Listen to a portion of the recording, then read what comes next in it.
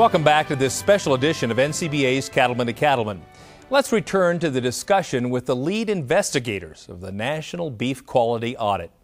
Dr. Belka, we've been talking about what consumers are looking for in their beef, and we know that they want to feed their families a safe product and they want a great tasting product.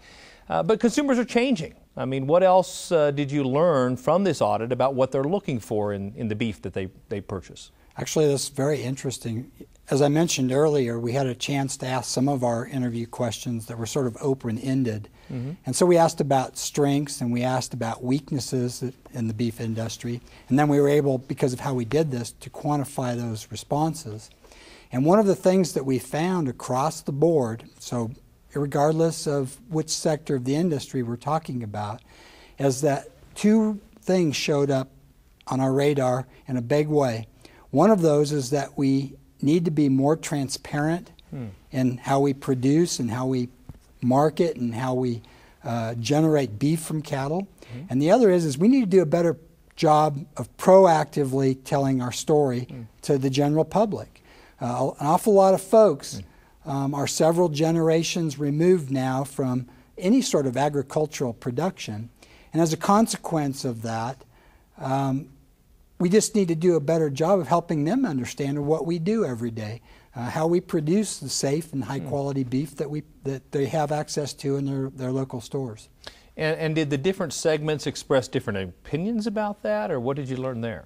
In this case, I think all of the sectors expressed the same opinion about this, that we need to do a better job of proactively telling our story. So if we're going to do that, Jason, I mean, what role do producers play in helping consumers understand more about that, providing that information? Yeah, well, producers, based on our survey, are doing a lot of things to intentionally influence quality. Like we said, animal health practices, low stress handling. Unfortunately, cattle producers traditionally have not done a great job of documenting that or providing information beyond their segment in terms of what's been done. So I think this is a great opportunity for beef producers at any segment to begin to document, record keep, and identify the specific things that they're doing to their cattle throughout the time that they're on their operations, and passing that down the chain. So Jeff, let me ask you a question. I mean, do you think this BQA audit provides a platform to tell at least part of that beef story? Well, the interesting thing about the National Beef Quality Audit, because we have so many of the various sectors of the beef industry that are evaluated or measured or information from, everybody gets to learn more about another sector than their own. And so for, every 5 years, you kind of open up everybody's window of what are they doing. And so people further down the line have a better understanding of what's happening more at the production end. And those that are in the production sector get to learn more about the retail and food service sectors and find out some of their concern. And I think it gives the beef industry a great chance to understand more of what it takes to produce beef all the way to the consumer, but everybody knows more about what everybody else's part of that is. And I think that's been a big part of the findings we have. It's not what the findings are, it's the fact that you can share this and people have a better, truer understanding of the people before them and the people after them. Jeff, I want to go back to one of the specific data points you collected from a carcass standpoint. And obviously we've all heard that carcass weights continue to rise in our industry. Can you tell us more about what you learned about that in this quality audit? Well, just as you said, it's no surprise that carcass weights are up. In fact, they're up about 30 pounds from 2005, and they're around 825 pounds for an average. The range, if you look at those carcasses, it would be between 600 and 1,000 pounds. About 95% of them fit within that, but we have some outliers that are below that and outliers that are above. But constantly, every time we measure carcass weight, it just keeps getting heavier. And what kind of challenges does that present, or does it? Well, when we get feedback from the food service and retail sectors, they've been telling us for years that the carcasses are too big or the cuts are too big and things like that. And it's a challenge because you think about this in the retail sector.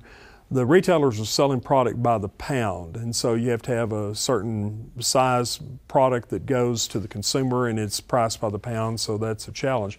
In food service, those products are sold on a portion weight basis, so 12 ounce, 6 ounce, whatever it may be. So as the beef industry increases weights, then that continues, to be a challenge to them. Now, over time, we've seen innovative merchandising things that have come about that are trying to, adapt, and we see a whole different way that beef is merchandised today than 5 years ago, 10 years ago, 20, or even more than that, to try to reflect this. But it continues to be a message that we hear from the end user, is that these cuts keep getting bigger. Now what do we do with them? Yeah, interesting. John, what does that mean, and what kind of impact does that have on BQA program itself? Well, I think it's going to be huge over the next 5 years. And one of the guidance that we received from the strategy team was to do a better job telling our story. Well, that's not just to the consumer. That's a story that has to go all the way up and down the line, talking to producers. And I think we've got our directions. What you're hearing here tonight is an overview, a 30,000-foot view of the beef industry. What you have not heard yet is the specifics on, specifically, what does the retailer say? Specifically, what does the feeder say? We're going to give you that information over the next year. Every month, we're going to have a specific fact sheet. We're going to drill down into this data. There's a huge amount of data here that these guys have collected that we want to share with our industry to let them look specifically at some of these challenges. And I suspect there are some differences as you get to different segments of the chain as what's most important to them, right? Well, I think when we started this conversation tonight, we asked, what is the definition of quality? And quality in the pre-harvest side oftentimes is different than in the post-harvest side. So we've got to somehow come together and have a more uniform idea of quality, because we do not want to confuse the consumer out there. That's a good point. And I want to follow up that quality conversation with Keith. You mentioned early on in the program 7 quality categories. So based on the research, as you think about how people purchase calves and feeder calves and fed cattle and beef, what is the #1 quality category? Well, as a component of this phase 1, and we've never done this before, I mentioned earlier that we conducted an economic experiment. We sort of superimposed it over the interview process. This economic experiment allows us to make some computations that have never been available before.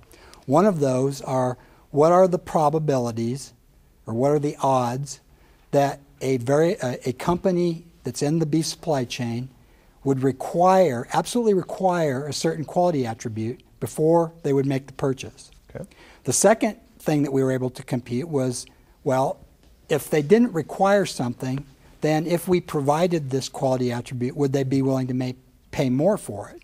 So we have that information available. But when we made the computations for the odds of what was most likely to be the quality attribute that would be required before they would make a purchase up and down the supply chain, it was how and where the cattle were raised. So interestingly, what that tells us is that everybody in the marketing chain wants more information to be associated with whatever they're buying. And that's different. I already told you earlier that that's different depending on which sector of the industry you're in. So for example, feeders, they want to know more about the health management plans that calves that they're buying were under. Whereas when you get downstream to retailers and food service operators, they want to know more about the animal welfare, the animal well-being. How were the animals treated? Where were they raised? And those sorts of things. Were they raised sustainably? And those are all important attributes that we could attach to the cattle as they move through the supply chain, but they're different pieces of information at each market sector. So John, is providing this information just the responsibility of the producer, or should all segments be involved in providing this kind of information to consumers? Our producers are independent minded, and they always have been. But are we total quality management oriented? And if we are, then everybody has to be involved in making sure we provide a quality product. If that packing plant has an injection site blemish, they want to know where that came from, and let's get rid of that. Let's stop that. And that's the good news in this audit, because that's just about gone away. But if on the other hand, that retailer is saying the consumer wants to know how and where these cattle were produced, that has got to go all the way back down the chain. Somebody has got to communicate that information. So it's not just a producer issue, it's everybody in the chain has got to be committed to total quality management in this industry. That's a great suggestion. Gentlemen, thank you for these insights you've been providing. We'll be back with some final thoughts right after this. Stay with us.